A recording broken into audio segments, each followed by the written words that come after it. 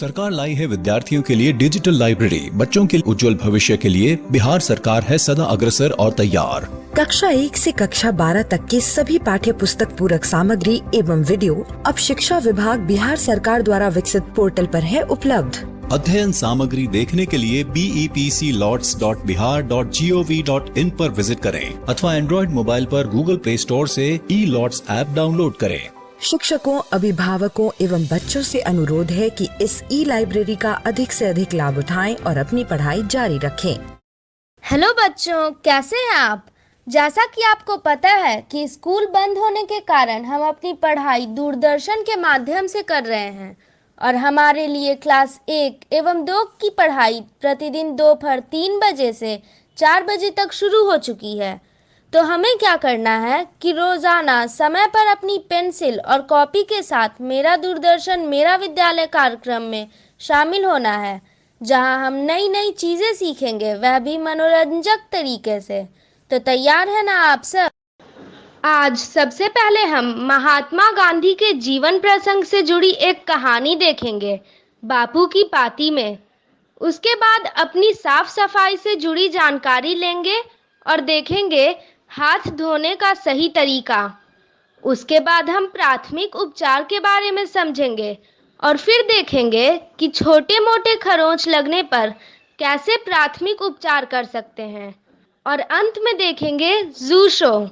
तो चलिए शुरू करते हैं आज का मजेदार कार्यक्रम।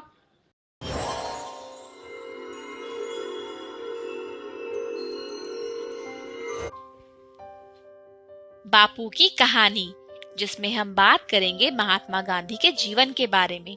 पिछली बार हमने ये जाना कि बापू की शादी जल्दी हो जाने की वजह से उनकी 1 साल की पढ़ाई बिगड़ गई।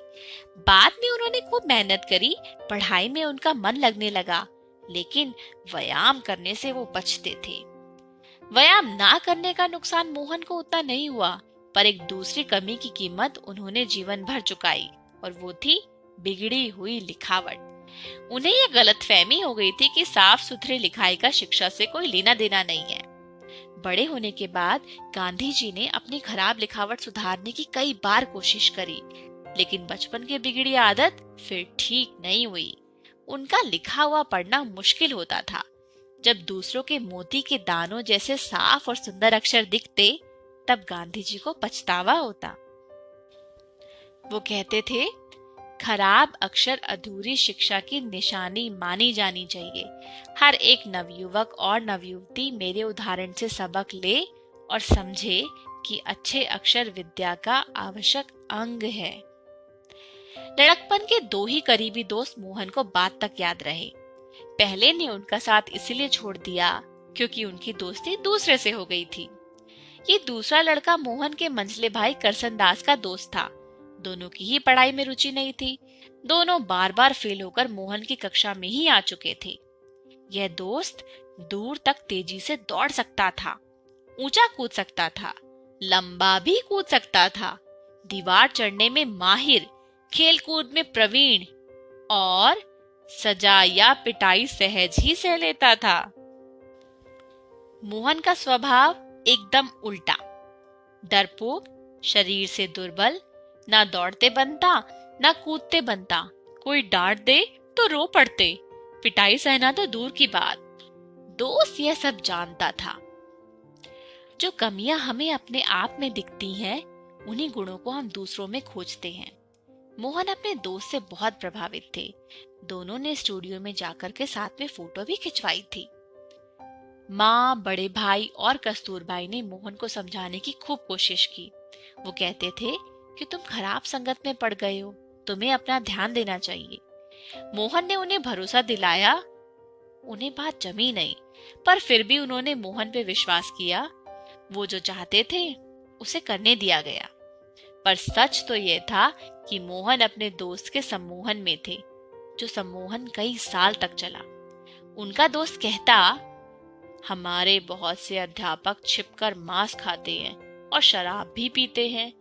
राजकोट के बहुत से नामी गिरामी लोग भी और हमारे विद्यालय के कई छात्र भी। इसीलिए तो हम लोग कमजोर हैं, क्योंकि हम मांस नहीं खाते।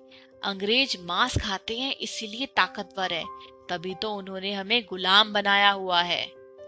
अपने दोस्त की ये सब बातें सुनकर मोहन को लगने लगा था कि यही समाज सुधार है।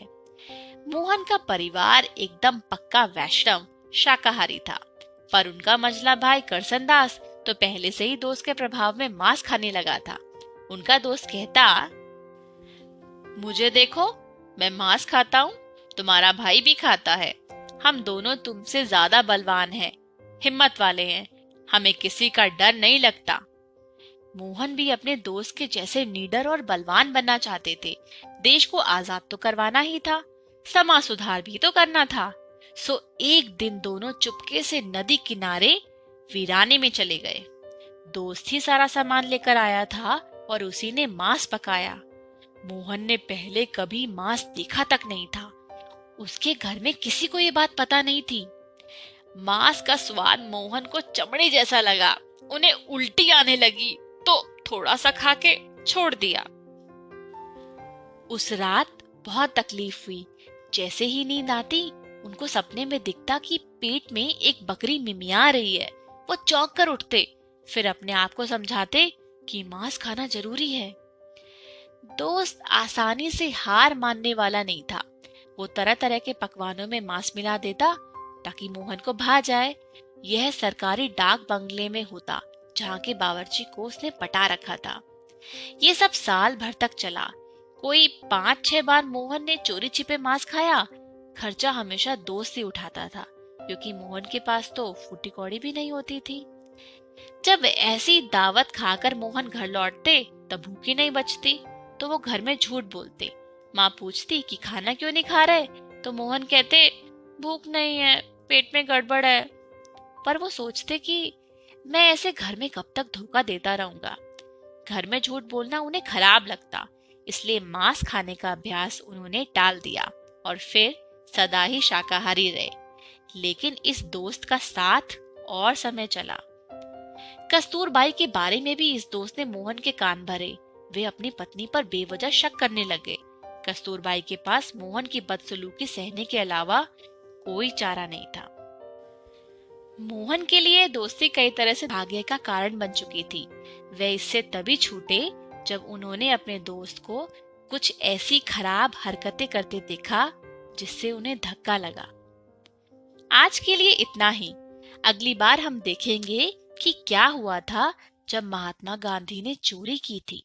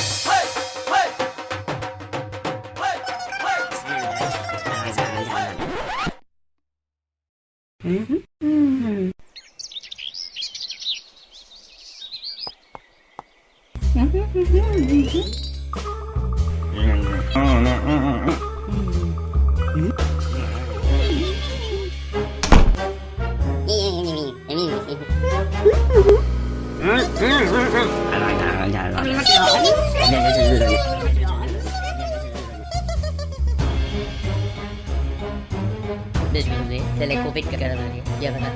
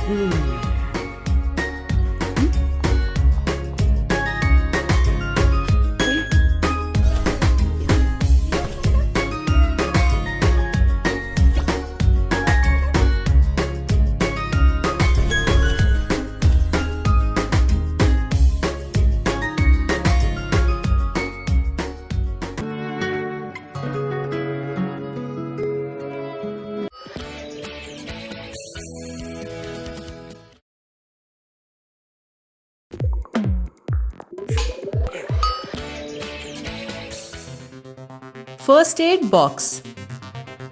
घायल होने या अचानक बीमार पड़ने पर आपातकालीन उपचार करना पड़ता है। डॉक्टरी इलाज से पहले किए जाने वाले इस उपचार को प्राथमिक उपचार या फर्स्ट एड कहते हैं। फर्स्ट एड बॉक्स में प्राथमिक उपचार के लिए आवश्यक सभी चीजें एक जगह पर मौजूद होती हैं। इस बक्से के ऊपर एक धन या क्रॉस का निशान बना होता है। इन चीजों को हम 3 समूहों में बांट सकते हैं। एंटीसेप्टिक यानी रोगाणुरोधक पदार्थ, ये क्रीम, पाउडर या द्रव के रूप में होते हैं। इनका इस्तेमाल जख्म साफ करने के लिए किया जाता है। अलग अलग प्रकार की पट्टियां, gauze roll, adhesive tape, crepe bandage, इन्हें जख्म पर चिपकाने या उस पर बांधने के लिए इस्तेमाल किया जाता है। सहायक औजार, दस्ताने यानी ग्लव्स, कैंची यानी सिजर, चिमटी यानी फोर्सेप। चलो देखते हैं कि घरों और स्कूलों के फर्स्ट एड बॉक्स में क्या क्या होता है। हाइड्रोजन पेरोक्साइड, इसकी बोतल पर H2O2 लिखा होता है, जो इसका रासायनिक नाम है। हाइड्रोजन पेरोक्साइड घावों को साफ करने के लिए इस्तेमाल किया जाता है। डेटॉल, ये एक एंटीसेप्टिक द्रव है। डेटॉल का उपयोग घावों में संक्रमण या इन्फेक्शन रोकने के लिए किया जाता है। आयोडीन टिंक्चर या टिंक्चर ऑफ आयोडीन, यह भी एक एंटीसेप्टिक द्रव है। यह डेटॉल की जगह इस्तेमाल किया जाता है। पोविडोन आयोडीन पाउडर, यह भी एक एंटीसेप्टिक है मगर यह पाउडर होता है। यह छोटी मोटी खरोंचों और कटे के उपचार में इस्तेमाल किया जाता है। पोविडोन आयोडीन मरहम, ये एक एंटीसेप्टिक है। इसे सीधे घाव पर लगाया जाता है और फिर गॉज पीस से ढककर मरहम पट्टी कर दी जाती है। बर्नॉल, बर्नॉल एंटीसेप्टिक और एंटीबैक्टीरियल यानी जीवाणुरोधक है और यह पेस्ट या मरहम के रूप में आता है। यह छोटे मोटे जलने, छिलने और कटने के उपचार में काम आता है। क्रेप बैंडेज, ये कपड़े की लंबी पट्टी का बंडल होता है। एड़ी या कलाई में मोच आने पर इसे सूजन कम करने के लिए बांधा जाता है। कसकर बांधने से यह रक्त प्रवाह को भी प्रभावित करती है, इसलिए इसे बहुत सावधानी से बांधा जाता है। गॉज रोल, जख्म को ढकने के लिए या मरहम पट्टी को खिसकने से रोकने के लिए इसका इस्तेमाल किया जाता है। इसे पतली या छोटी पट्टियों में काटा जाता है और उनके अंदर एंटीसेप्टिक लगाकर जख्म पर मरहम पट्टी की जाती है। एडहेसिव टेप, एडहेसिव टेप एक प्रकार की चिपकने वाली पट्टी होती है। इसका इस्तेमाल जख्म को मरहम पट्टी करते वक्त किया जाता है। यह किस सामग्री से बना है और इसका क्या इस्तेमाल होना है, इसके अनुसार अलग अलग तरह के एडहेसिव टेप आते हैं। कॉटन रोल, जख्म पर मरहम पट्टी करने में कॉटन यानी रुई बहुत जरूरी होती है। कॉटन के गोले पर थोड़ा सा एंटीसेप्टिक लगाकर उसे जख्म पर रख दिया जाता है। कॉटन द्रवों को सोख लेती है। यह खून या स्राव पोंछने के काम भी आती है। बैंडेड, बैंडेड एक प्रकार की चिपकने वाली पट्टी होती है जो छोटे मोटे घावों के उपचार में इस्तेमाल की जाती है। इस पट्टी का मध्य भाग रोगाणुरोधक सामग्री से बना होता है। मध्य भाग के दोनों ओर की पट्टी इसे शरीर पर चिपकाने के काम आती है। कैंची, गॉज रोल एडहेसिव टेप को काटने के लिए। फोर्सेप, जख्म से चिपकी हुई लकड़ी के कण या नुकीले टुकड़े निकालने के लिए। और गेज व कॉटन को पकड़ने के लिए फोर्सेप का इस्तेमाल किया जाता है। ग्लव्स, दूसरों को फर्स्ट एड देते वक्त संक्रमण से खुद का बचाव करना बहुत जरूरी है, इसलिए ग्लव्स इस्तेमाल किए जाते हैं। चलो देखते हैं कि इन सभी को फर्स्ट एड बॉक्स में व्यवस्थित तरीके से कैसे रखते हैं। Crepe bandage, Dettol, iodine tincture, hydrogen peroxide, Burnol, povidone iodine मरहम, adhesive tape, bandaid, cotton roll, gauze roll, povidone iodine powder, micropore adhesive tape, कैंची, यानी सिजर, फोर्सेप, ग्लव्स। तो अब हम अपने फर्स्ट एड बॉक्स के साथ बिल्कुल तैयार हैं। ध्यान रहे कि फर्स्ट एड बॉक्स की सभी चीजें आप इस्तेमाल करें या ना करें, एक निश्चित समय के बाद उन्हें बदलना जरूरी है। क्या आप पता कर सकते हैं कि ऐसा क्यों करना चाहिए?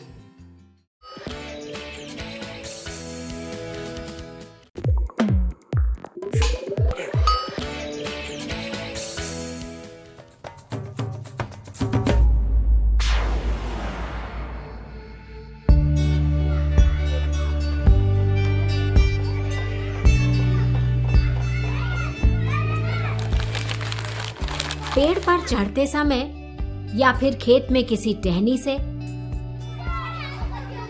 या घिसटने से आपको भी कभी न कभी खरोंच जरूर आई होगी।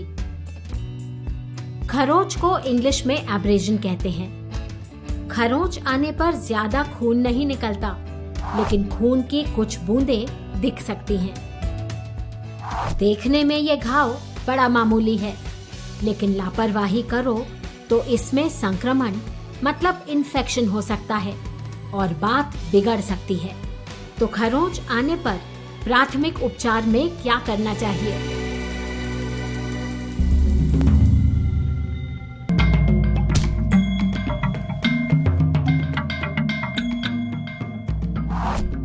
अगर भीड़ जमा है तो उसे हटाएं। जिस व्यक्ति को खरोंच आई है उसे जरा स्थिर और शांत करें। कहां-कहां खरोंच आई है इसका निरीक्षण करें। जख्म गहरा तो नहीं है, इसकी भी जांच कर लें। आगे कुछ भी करने से पहले अपने हाथ अच्छी तरह धोकर साफ करें। कई बार खरोंच में मिट्टी या तिनके चिपक जाते हैं, इसलिए खरोंच वाले भाग को भी अच्छी तरह खुले पानी से धोकर साफ करें। सूखा साफ कपड़ा लेकर हल्के हाथ से खरोंच के ऊपर का पानी सोख लें। उस पर डेटॉल या सैवलॉन लगाएं और खरोंच को खुला छोड़ दें।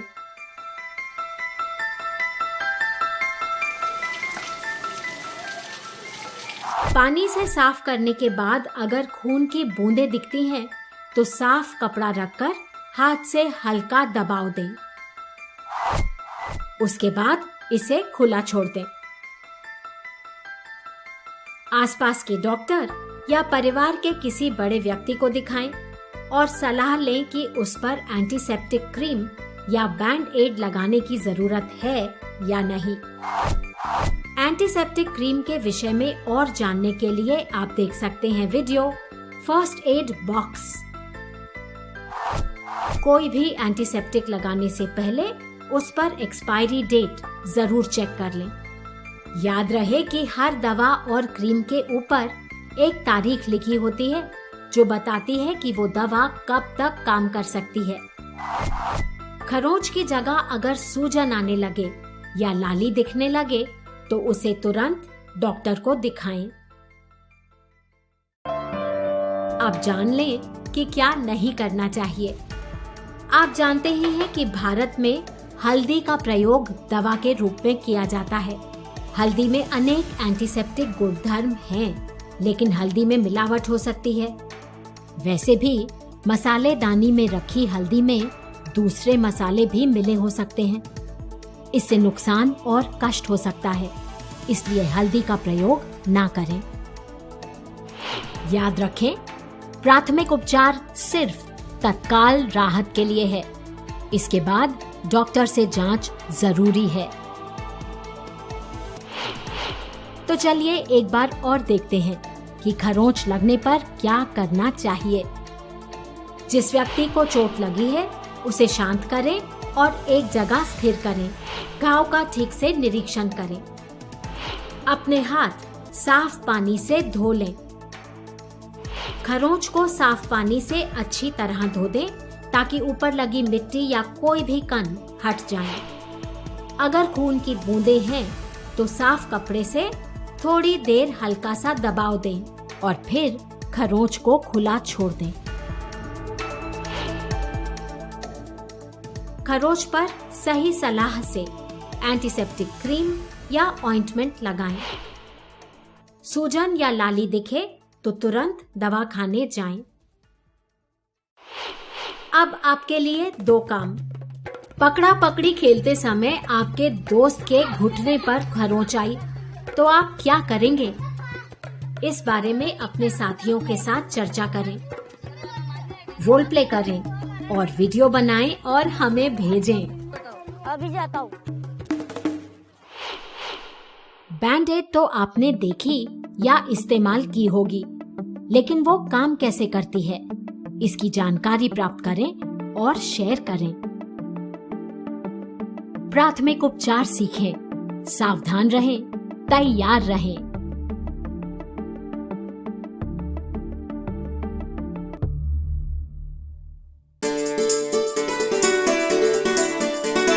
डर से नहीं तैयारी से आगे कदम बढ़ाना है।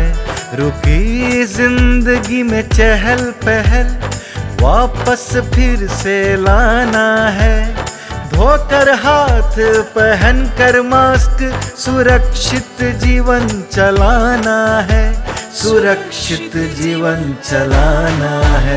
डर कर नहीं तैयारी से आगे कदम बढ़ाना है। डर कर नहीं तैयारी से आगे कदम बढ़ाना है। रखेंगे 2 गज की दूरी, सबको पौष्टिक आहार खिलाएंगे, बच्चों और बूढ़ों का करेंगे ख्याल।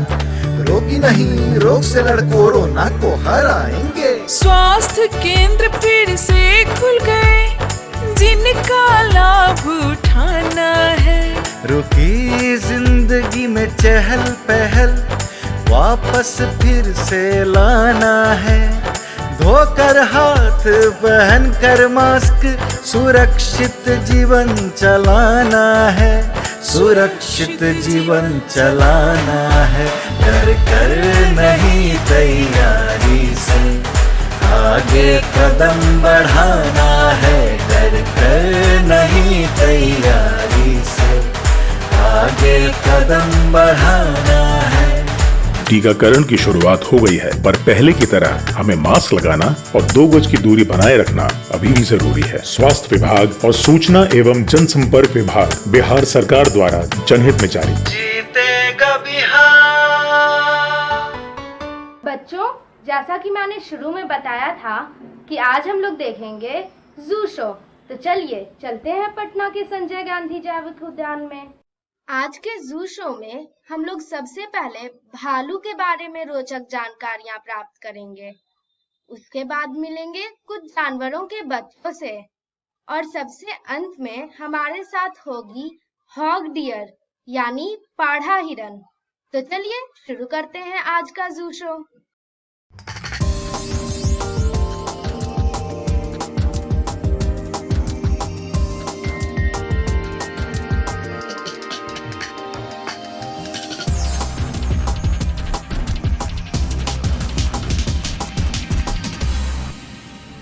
संजय गांधी जैविक उद्यान जू आउटरीच प्रोग्राम में एक बार फिर आपका स्वागत है।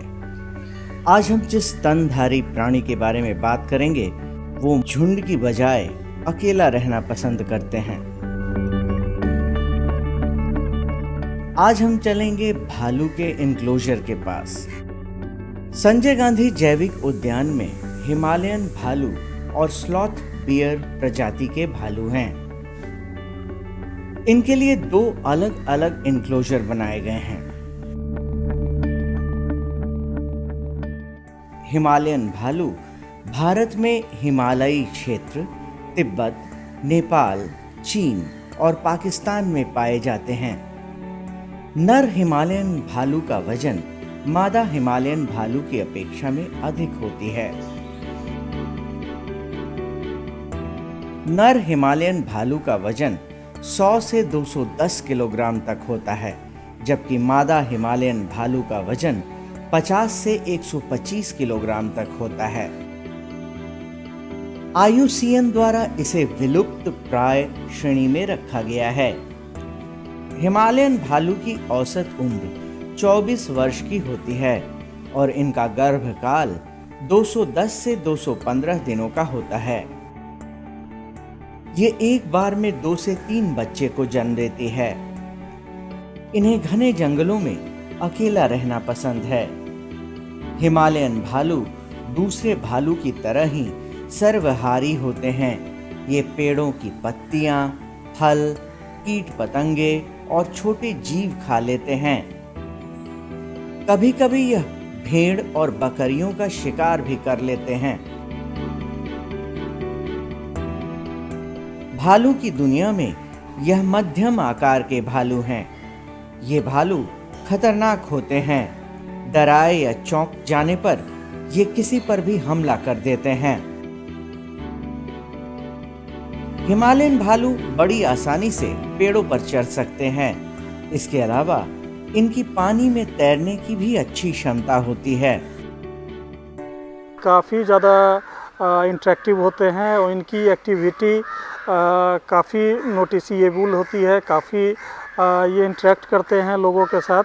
और अगर स्लॉथ बियर की तुलना में इनके फीचर्स की तुलना की जाए तो स्लॉथ बियर की तुलना में इनका बाल छोटा होता है, इनका थूथन कुछ लंबा होता है और इनका एक फिक्स पीरियड है जो ब्रीडिंग सीजन होता है। ये नवंबर से लेकर के फरवरी तक पाया जाता है। 3 महीने में लगभग ये बच्चे को डिलीवर करती हैं। लास्ट ईयर भी एक बच्चे का जन्म हुआ है पटना जू में जो काफ़ी हेल्दी है। ये स्लॉथ बियर के बच्चे का जन्म हुआ था। जो हिमालयन बियर हैं जो पटना जू में, ये लास्ट ईयर इसको आसाम से एक्सचेंज प्रोग्राम के तहत लाया गया है और ये 2 हिमालयन बियर अभी पटना जू में अवस्थित हैं। और इनके इनरिचमेंट के लिए हम लोग यहाँ पे जू में जो इनक्लोजर में है अलग अलग व्यवस्था करते हैं। जैसा कि आप देख सकते हैं इनके इनक्लोजर में पानी की व्यवस्था की गई है और ये काफ़ी प्लेफुल होते हैं पानी में। गर्मियों में इसमें खेलना इन्हें काफ़ी पसंद है। इसके अलावा इनके एक्टिविटी के लिए, इनरिचमेंट के लिए इसमें अलग अलग तरह के स्विंग्स लगाए गए हैं जिस पे इन्हें उछल कूद करते रहना काफ़ी पसंद है। अब बात स्लॉथ बियर की।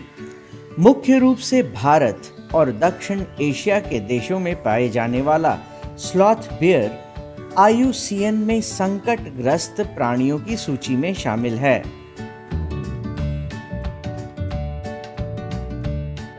नर स्लॉथ बियर का औसत वजन 80 से 140 किलोग्राम का होता है, जबकि मादा का वजन 55 से 95 किलोग्राम का होता है और ये 150 से 170 सेंटीमीटर लंबा होते हैं।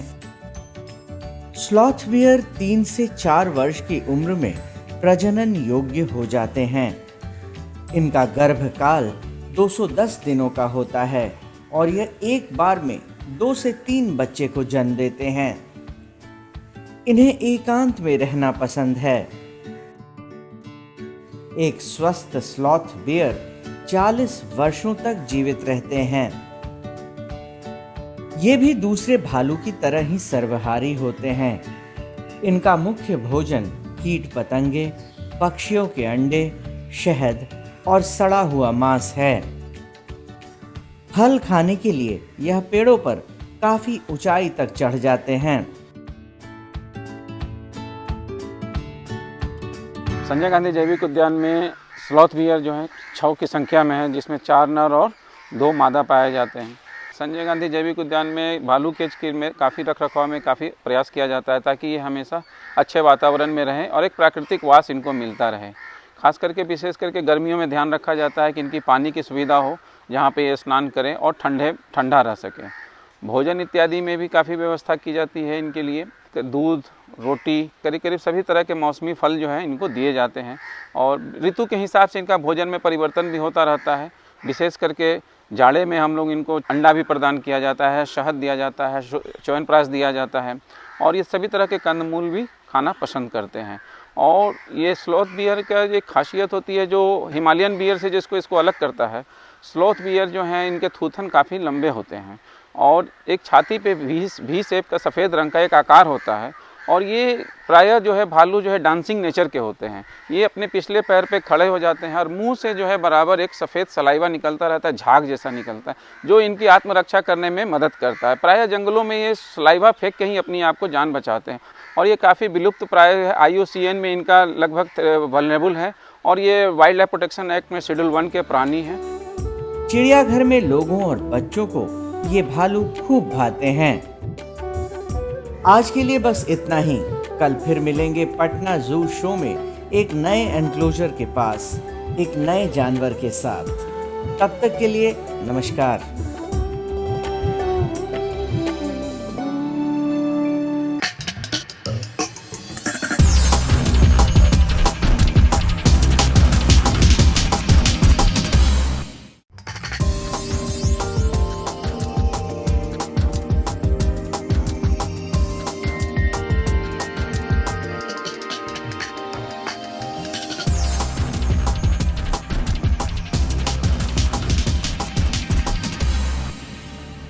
संजय गांधी जैविक उद्यान जू आउटरीच प्रोग्राम में आज हम हॉक डियर यानी पाढ़ा हिरन और बार्किंग डियर यानी काकर हिरन के पास चलेंगे।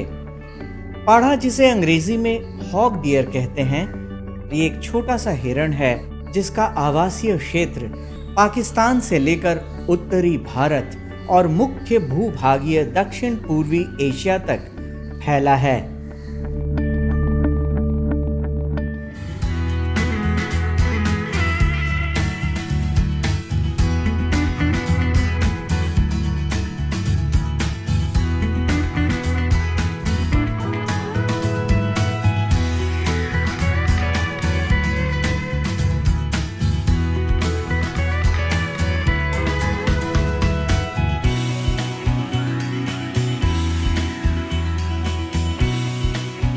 पाढ़ा हिरन अंतर्राष्ट्रीय प्रकृति संरक्षण संघ IUCN की संकटग्रस्त प्राणियों की सूची में शामिल है। इसकी औसत आयु 15 से 20 वर्ष तक होती है और इसका वजन 35 से 45 किलोग्राम तक होता है। ये आकार में बहुत छोटे होते हैं। नर पाढ़ा हिरन की ऊंचाई 65 से 75 सेंटीमीटर और मादा पाढ़ा हिरन की ऊंचाई 60 से 65 सेंटीमीटर तक होती है, जबकि इनकी लंबाई 105 से 115 सेंटीमीटर तक होती है। इनका अगला पैर पिछले पैर से ज्यादा छोटा होता है। ये ज्यादातर समूह के बजाय एकांत में रहना पसंद करते हैं और इनके समूह में अधिक से अधिक 2 से 5 पाढ़ा हिरणों की संख्या होती है। हॉक डियर पूर्णतः शाकाहारी होते हैं। ये केवल वनस्पति खाते हैं। इनके आहार में घास, हरी पत्ती, फल फूल और गिरे हुए पत्ती शामिल है। इनका गर्भकाल 210 से 240 दिनों का होता है। नर पाढ़ा हिरन के ऊपर सींग होता है। जब हम इनके मॉर्फोलॉजिकल फीचर्स की बात करते हैं तो इसमें चीतल से ही मिलते जुलते जो इनके स्किन का कोट होता है वो पाया जाता है। इस पे भी स्पॉट्स होते हैं, लेकिन ये उतने प्रोमिनेंट नहीं होते हैं जितने कि चीतल में पाया जाता है। इनका हाइट भी चीतल से कम होता है। जो मेल होते हैं उनमें एंटलर्स पाया जाता है, फीमेल में नहीं होता है, जिसे ये एनुअली शेड कर देते हैं। 3 साल में जो फीमेल होती हैं वो एडल्ट हो जाती हैं और गर्भ धारण कर सकते हैं। इसके अतिरिक्त ये मेनली ये हर्बीवोर हैं और घास, कंदमूल और पत्तियाँ इत्यादि खा करके अपना जीवन यापन करते हैं। इनको शेड्यूल 3 में रखा गया है वाइल्ड लाइफ प्रोटेक्शन एक्ट में। पटना जू में इनकी संख्या लगभग 40 के आसपास है और इनके लिए काफ़ी नेचुरलिस्टिक इनक्लोजर है जिसमें बड़े बड़े वृक्षों को देखा जा सकता है। बार्किंग डियर यानी काकर हिरन अन्य हिरणों की तरह ही स्तनधारी जानवर है। यह अपनी सुंदर आंखें और बुद्धिमत्ता के लिए जाना जाता है। ये बहुत ही चंचल होता है, जिसके कारण लोग इसे बेहद पसंद करते हैं। ये संभवतः सभी प्रजातियों के हिरणों में सबसे पुराना है।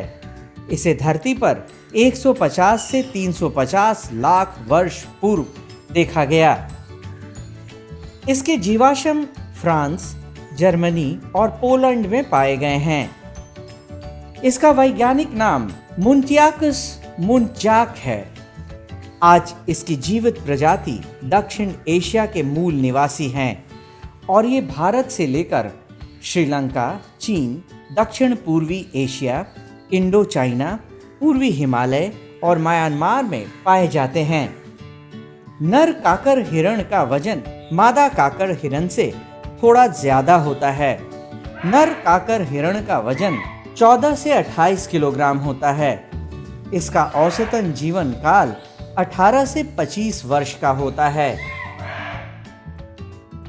इसके बाल छोटे और मुलायम होते हैं। बालों का रंग भूरा या स्लेटी होता है और कभी-कभी उनमें सफेदी भी झलकती है। खतरे का आभास होने पर यह जो ध्वनि निकालता है वह भौंकने के समान होता है। इसीलिए इसको अंग्रेजी में बार्किंग डियर भी कहते हैं। यह अपने आकार के विपरीत काफी उग्र हो सकते हैं। बार्किंग डियर का गर्भकाल 160 से 170 दिनों का होता है और ये एक बार में 1 या 2 बच्चे को जन्म देते हैं। ये घास, हरी पत्ती, फल फूल खाना पसंद करते हैं। बार्किंग डियर जो हैं इसे हिंदी में कोटरा भी कहा जाता है। ये संपूर्ण भारत में पाए जाते हैं। इनका रंग जो होता है गहरे भूरे रंग का होता है और इनका स्वभाव होता है कि ये काफ़ी हर्ड में भी रहते हैं, कभी अकेले भी ज़्यादा पसंद करते हैं। ये सुबह और शाम में कॉल बहुत अजीब तरह का आवाज़ निकालते हैं जो और हिरणों की प्रजाति से इन्हें भिन्न करता है। एक मुख्य बात होती है बार्किंग डियर में नर जो होते हैं उनके अपर कैनाइन जो ऊपर वाले जो दांत होते हैं वो बाहर निकले हुए रहते हैं और मादा में ये नहीं पाया जाता है। बार्किंग डियर के जो सींग होते हैं वो काफ़ी छोटे होते हैं और बार्किंग डियर के सर पर एक भी शेप का आकार बना हुआ रहता है जो और हिरणों की प्रजाति से इसे बिल्कुल अलग करता है। संजय गांधी जैविक उद्यान में इनके रख रखाव में हम लोग इनको घास, पत्ते, अनाज इत्यादि देते हैं। ये फल भी खाते हैं। घास, पत्ते, अनाज प्रमुख रूप से इन्हें दिया जाता है। यहाँ मल्टीग्रेन्स भी मिक्सचर भी हम लोग बना करके देते हैं। गर्मियों में इनके लिए पानी की सुविधा भी की गई है ताकि ये गर्मी महसूस ना कर सके। आज की कड़ी में बस इतना ही। कल फिर मिलेंगे पटना जू शो में एक नए एनक्लोजर के पास एक नए जानवर के साथ। तब तक के लिए नमस्कार।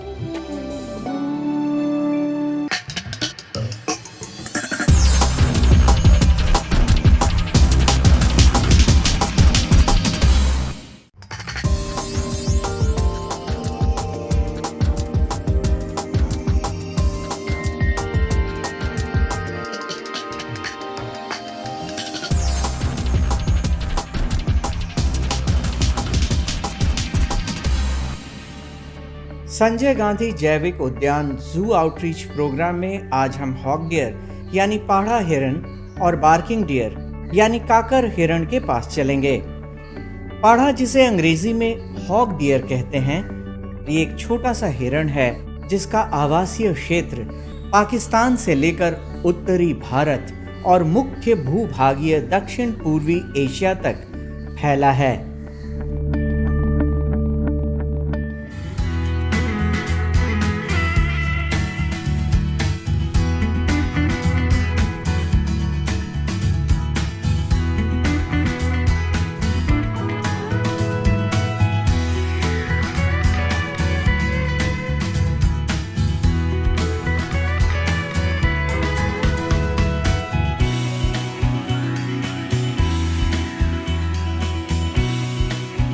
पाढ़ा हिरण अंतर्राष्ट्रीय प्रकृति संरक्षण संघ IUCN की संकटग्रस्त प्राणियों की सूची में शामिल है। इसकी औसत आयु 15 से 20 वर्ष तक होती है और इसका वजन 35 से 45 किलोग्राम तक होता है। ये आकार में बहुत छोटे होते हैं। नर पाढ़ा हिरण की ऊंचाई 65 से 75 सेंटीमीटर और मादा पाढ़ा हिरण की ऊंचाई 60 से 65 सेंटीमीटर तक होती है, जबकि इनकी लंबाई 105 से 115 सेंटीमीटर तक होती है। इनका अगला पैर पिछले पैर से ज्यादा छोटा होता है। ये ज्यादातर समूह के बजाय एकांत में रहना पसंद करते हैं और इनके समूह में अधिक से अधिक 2 से 5 पाढ़ा हिरणों की संख्या होती है। हॉक डियर पूर्णतः शाकाहारी होते हैं। ये केवल वनस्पति खाते हैं। इनके आहार में घास, हरी पत्ती, फल फूल और गिरे हुए पत्ती शामिल है। इनका गर्भकाल 210 से 240 दिनों का होता है। नर पाढ़ा हिरन के ऊपर सींग होता है। जब हम इनके मॉर्फोलॉजिकल फीचर्स की बात करते हैं तो इसमें चीतल से ही मिलते जुलते जो इनके स्किन का कोट होता है वो पाया जाता है। इस पे भी स्पॉट्स होते हैं, लेकिन ये उतने प्रोमिनेंट नहीं होते हैं जितने कि चीतल में पाया जाता है। इनका हाइट भी चीतल से कम होता है। जो मेल होते हैं उनमें एंटलर्स पाया जाता है, फीमेल में नहीं होता है, जिसे ये एनुअली शेड कर देते हैं। 3 साल में जो फीमेल होती हैं वो एडल्ट हो जाती हैं और गर्भ धारण कर सकते हैं। इसके अतिरिक्त ये मेनली ये हर्बीवोर हैं और घास, कंदमूल और पत्तियाँ इत्यादि खा करके अपना जीवन यापन करते हैं। इनको शेड्यूल 3 में रखा गया है वाइल्ड लाइफ प्रोटेक्शन एक्ट में। पटना जू में इनकी संख्या लगभग 40 के आसपास है और इनके लिए काफ़ी नेचुरलिस्टिक इनक्लोजर है जिसमें बड़े बड़े वृक्षों को देखा जा सकता है। बार्किंग डियर यानी काकर हिरण अन्य हिरणों की तरह ही स्तनधारी जानवर है। यह अपनी सुंदर आंखें और बुद्धिमत्ता के लिए जाना जाता है। ये बहुत ही चंचल होता है जिसके कारण लोग इसे बेहद पसंद करते हैं। ये संभवतः सभी प्रजातियों के हिरणों में सबसे पुराना है। इसे धरती पर 150 से 350 लाख वर्ष पूर्व देखा गया। इसके जीवाश्म फ्रांस, जर्मनी और पोलैंड में पाए गए हैं। इसका वैज्ञानिक नाम मुंटियाकस मुंचाक है। आज इसकी जीवित प्रजाति दक्षिण एशिया के मूल निवासी हैं और ये भारत से लेकर श्रीलंका, चीन, दक्षिण पूर्वी एशिया, इंडो चाइना, पूर्वी हिमालय और म्यांमार में पाए जाते हैं। नर काकर हिरण का वजन मादा काकर हिरण से थोड़ा ज्यादा होता है। नर काकर हिरण का वजन 14 से 28 किलोग्राम होता है। इसका औसतन जीवन काल 18 से 25 वर्ष का होता है। इसके बाल छोटे और मुलायम होते हैं। बालों का रंग भूरा या स्लेटी होता है और कभी-कभी उनमें सफेदी भी झलकती है। खतरे का आभास होने पर यह जो ध्वनि निकालता है वह भौंकने के समान होता है। इसीलिए इसको अंग्रेजी में बार्किंग डियर भी कहते हैं। यह अपने आकार के विपरीत काफी उग्र हो सकते हैं। बार्किंग डियर का गर्भकाल 160 से 170 दिनों का होता है और ये एक बार में 1 या 2 बच्चे को जन्म देते हैं। ये घास, हरी पत्ती, फल, फूल खाना पसंद करते हैं। बार्किंग डियर जो हैं इसे हिंदी में कोटरा भी कहा जाता है। ये संपूर्ण भारत में पाए जाते हैं। इनका रंग जो होता है गहरे भूरे रंग का होता है और इनका स्वभाव होता है कि ये काफ़ी हर्ड में भी रहते हैं, कभी अकेले भी ज़्यादा पसंद करते हैं। ये सुबह और शाम में कॉल बहुत अजीब तरह का आवाज़ निकालते हैं जो और हिरणों की प्रजाति से इन्हें भिन्न करता है। एक मुख्य बात होती है बार्किंग डियर में, नर जो होते हैं उनके अपर कैनाइन जो ऊपर वाले जो दांत होते हैं वो बाहर निकले हुए रहते हैं और मादा में ये नहीं पाया जाता है। बार्किंग डियर के जो सींग होते हैं वो काफ़ी छोटे होते हैं और बार्किंग डियर के सर पर एक भी शेप का आकार बना हुआ रहता है जो और हिरणों की प्रजाति से इसे बिल्कुल अलग करता है। संजय गांधी जैविक उद्यान में इनके रख रखाव में हम लोग इनको घास, पत्ते, अनाज इत्यादि देते हैं। ये फल भी खाते हैं। घास, पत्ते, अनाज प्रमुख रूप से इन्हें दिया जाता है। यहाँ मल्टीग्रेन्स भी मिक्सचर भी हम लोग बना करके देते हैं। गर्मियों में इनके लिए पानी की सुविधा भी की गई है ताकि ये गर्मी महसूस ना कर सकें। आज की कड़ी में बस इतना ही। कल फिर मिलेंगे पटना जू शो में एक नए एनक्लोजर के पास एक नए जानवर के साथ। तब तक के लिए नमस्कार।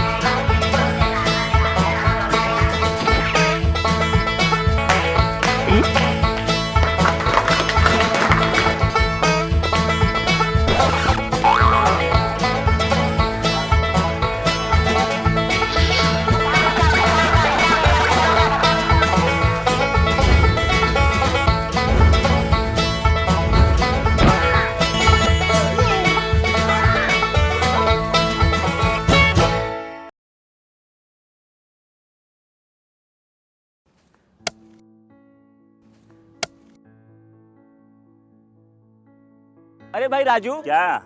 अरे सुने कि कल चाचा कुछ बता रहे थे, क्या बोल रहे थे? हाँ, चाचा कल बहुत बढ़िया बात बता रहे थे। कह रहे थे कि हम लोगों को अपने बच्चा लोग के पढ़ाई लिखाई पे ध्यान देना चाहिए। सिर्फ स्कूल भेजने से कुछ नहीं होता। बात तो ठीक है, लेकिन हम लोग ये करेंगे कैसे? हम लोगों को तो पढ़ना लिखना भी नहीं आता है। हम भी यही सोच रहे थे। अरे वो देखो, मास्टर साहब भी सही टाइम पे आ गए। चलो उन्हीं से पूछ लेते हैं। मास्टर साहब प्रणाम। प्रणाम प्रणाम। मास्टर साहब, आपसे एक बात का जानकारी लेना था। हाँ, पूछिए। अब हम लोग तो ठहरे कम पढ़े लिखे आदमी, हाँ। लेकिन हम लोग का बच्चा लोग स्कूल में जाके क्या करता है, क्या सीखता है, क्या पढ़ता है, ये हम लोग कैसे जानेंगे? बहुत आसान है। अच्छा, कैसे? चलिए आप लोग स्कूल में, हम बताते हैं। जी जी चलिए। जी सर चलिए। चलो चलो। हाँ हाँ चलिए। हाँ हाँ, हम उठा लेते हैं। चलो। आइए, ये देखिए, ये है क्लास 3 का अधिगम प्रतिफल पोस्टर। इसका मतलब है यदि आपका बच्चा वर्ग 3 में पढ़ता है तो उसे इस पोस्टर में जो लिखी गई सारी चीजें उसे जानकारी होनी चाहिए। ये क्या है? पक्षी। और ये क्या है? पेड़। यानी कि तीसरी कक्षा समाप्त होते होते आपका बच्चा पशु, पक्षी, फूल, पत्ती आदि के बारे में सीख जाएगा। हर क्लास और हर विषय के लिए अधिगम प्रतिफल पोस्टर बनाए गए हैं। आइए कुछ दूसरे तरीके जानते हैं। जी सर। ये देखिए, ये है हमारे बच्चों की कॉपियाँ और ये है सही का निशान। इसका मतलब है कि इस प्रश्न का उत्तर आपके बच्चे ने बिल्कुल सही दिया है। जितना ज़्यादा होंगे ये निशान, उतना बढ़िया सीखा है आपका बच्चा।